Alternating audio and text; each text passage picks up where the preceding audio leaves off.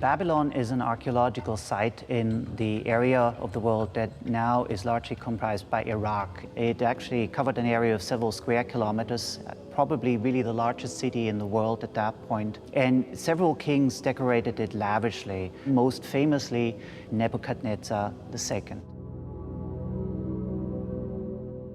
Babylon is known for many of the great wonders of the ancient world, most famously probably the Tower of Babel, which shows up in the Bible, the Hanging Gardens, and of course from biblical writing, Nebuchadnezzar, the Babylonian king, is the one who leads the Jews into the so-called Babylonian exile. There are many other things that the general audience, the general public will not know, such as the story of this lion.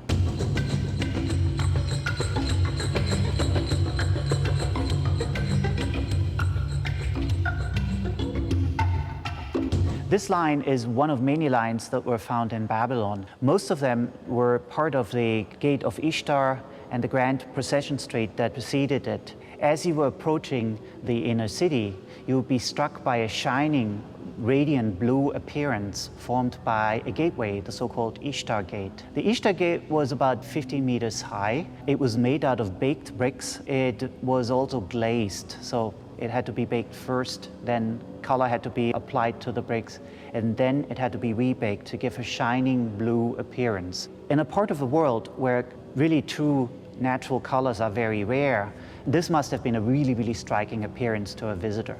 But these glazed bricks, in addition, were decorated by reliefs. They were carrying images of bulls, of mystical dragons that are partly snake, partly bull, and partly bird, and by lions. This particular lion is a rare case. It's almost unique since it wasn't found at the gate. It was found in the castle, the citadel of Nebuchadnezzar, where it decorated the throne room.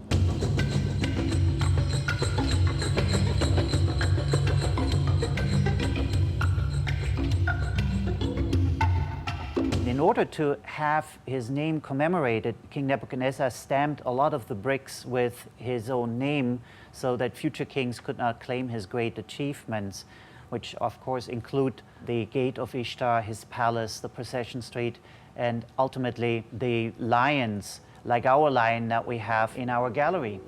What it says is Nebuchadnezzar, king of Babylon, the firstborn son of Nabopolassar, the king of Babylon.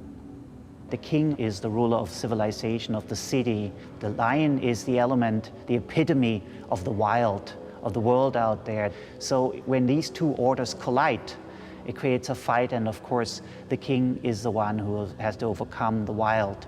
So the lion, in its power, in its stateliness, in its own royalty, is a very important figure for the ancient Near East.